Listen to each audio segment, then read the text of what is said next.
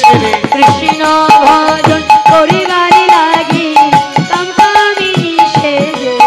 হরে কৃষ্ণ ভজন করবার লাগি কামকামিনী সেজে।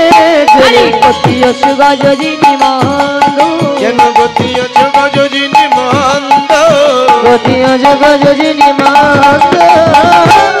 কি বলেছি আজুকিয়ে নবদ্বীপ চন্দ্র। এই যে বাবা এই সূর্য পূজা মানে অনেকেই ভাবে সূর্য পূজা অর্থাৎ হয়তো নাচানাচি নৃত্য, তাই না? কিন্তু না, এই সূর্য পূজা প্রত্যেকটি পদের মধ্যে তত্ত্ব লুকিয়ে আছে। যদি বুঝিয়ে না দেওয়া যায় কেউ বুঝতে পারবে না। কি বলেছি আজুকিয়ে নবদ্বীপ চন্দ্র। আজকে নবদ্বীপে চাঁদের উদয় হয়েছে। তবে কোন চাঁদের? আজ নবদ্বীপে চাঁদে উদয় হয়েছে। কোন চাঁদে? কেন যে আকাশের চাঁদে। দেখেছ আমার গৌর চাঁদে উদয় হয়েছে। আজ গৌর চাঁদে উদয় হয়ে কি করেছি কাম কামিনী শীতে চলে যাচ্ছে। এই যে বাবা কাম অর্থাৎ কি?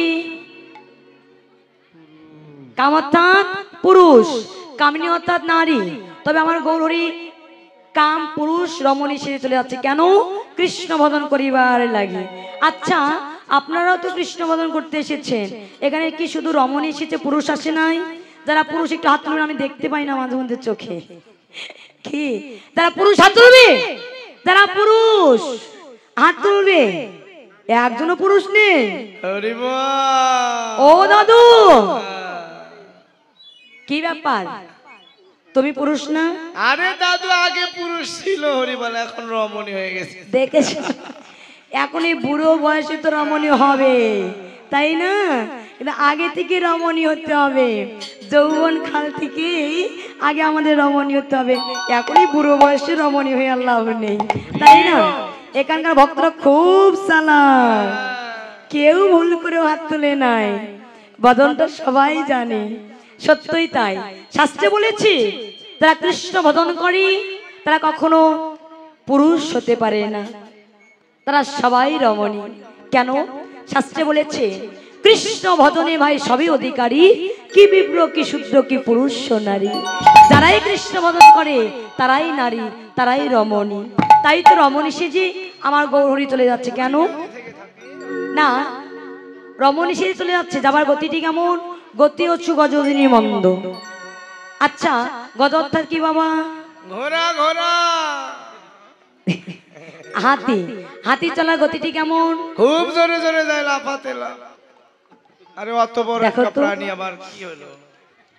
হাতি চলার গতিটি অতীব ধীর গতি, শান্ত গতি। ভজনে চলার গতিটি কেমন? অতীব ধীর গতি, শান্ত গতি। তাই তো হাতি যখন বাজার দিয়ে যায় বাবা, দেখবেন হাতিকে দেখে পেছনে কত কুকুর ঘেউ ঘেউ করে। হাতি কি পেছনে তাকিয়ে দেখে আমায় দেখে কতগুলি কুকুর ঘেউ ঘেউ করছে? দেখে না। আমরা যখন কৃষ্ণ ভজনে যাই আমাদের পেছনেও কত লোক আন কথা কুকথা বাজে কথা বলে।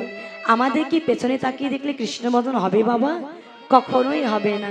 তাই তো জীবকে শিক্ষা দিবার লাগি আমার গৌরী নিজেকে হাতির সঙ্গে তুলনা করে চলে যাচ্ছে। যাচ্ছে কখন? মাঝে দিনে যাচ্ছে। কিভাবে যাচ্ছে গো?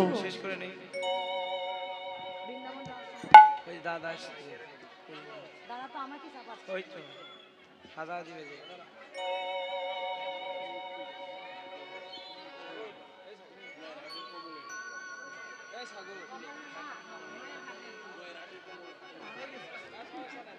জানি তাই নয়ারহাটে কমল দাদার মা কোথায়? সে বাসায় চলে যাবে আমার বাবা। অতি সহজে বাবার পাশে এসে দাঁড়িয়ে যাও। কমল দাদার মা নয়ারহাটে।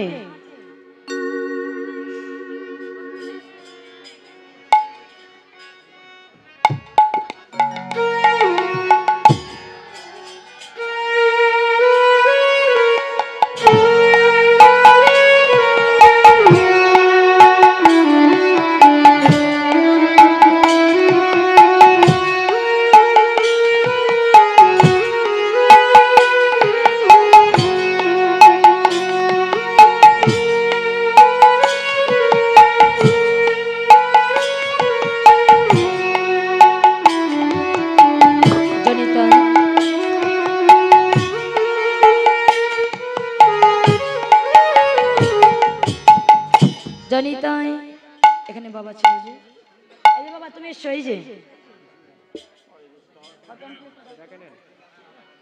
হ্যালো হরি বল। এসো, তুমি এসো শুধু। হ্যাঁ ওগুলো না আমি পরে বলবো, শেষ করব না, শুধু একটাই বলবো। দেখেছো যতগুলো জড়ো হয়েছে আমি বলবো, কিন্তু এখন বলবো না, শুধু একটা বলবো। এখন বলার কারণ আছে, এই যে আমার বাবা অনেক কষ্ট করে সে একটা যজ্ঞ করে, অনেকেই চেনেন, আসলে ভিক্ষা করে, আপনাদের দ্বারে দ্বারে ভিক্ষা করে এই যজ্ঞটি করে। সে কিন্তু নিজের জন্য কোনোদিন কারো কাছে 2টি টাকার জন্য হাত পাতায় নাই, শুধু চাঁদের বাজার লাগাবে বলে, ভক্তের সেবা দেবে বলে এই যে ভিক্ষার ঝুলি হাতে নিয়ে আপনাদের মাঝে এসেছে। আমি বলে দেই কোথায় থেকে এসেছে আমার বাবা, আমি বলে দেই, ঠিক আছে?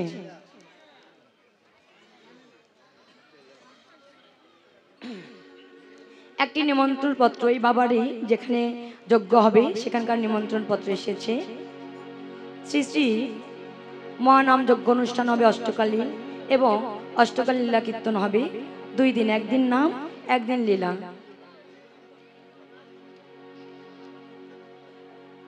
7 ফাল্গুন রোজ মঙ্গলবার একদিন হবে নাম যজ্ঞ, এবং 8 ফাল্গুন রোজ বুধবার হবে শ্রী শ্রী রাধাগোবিন্দের অষ্টকালীন লীলা কীর্তন। নাম পরিবেশনায় থাকবে বালক সম্প্রদায়, ঝালখোটা,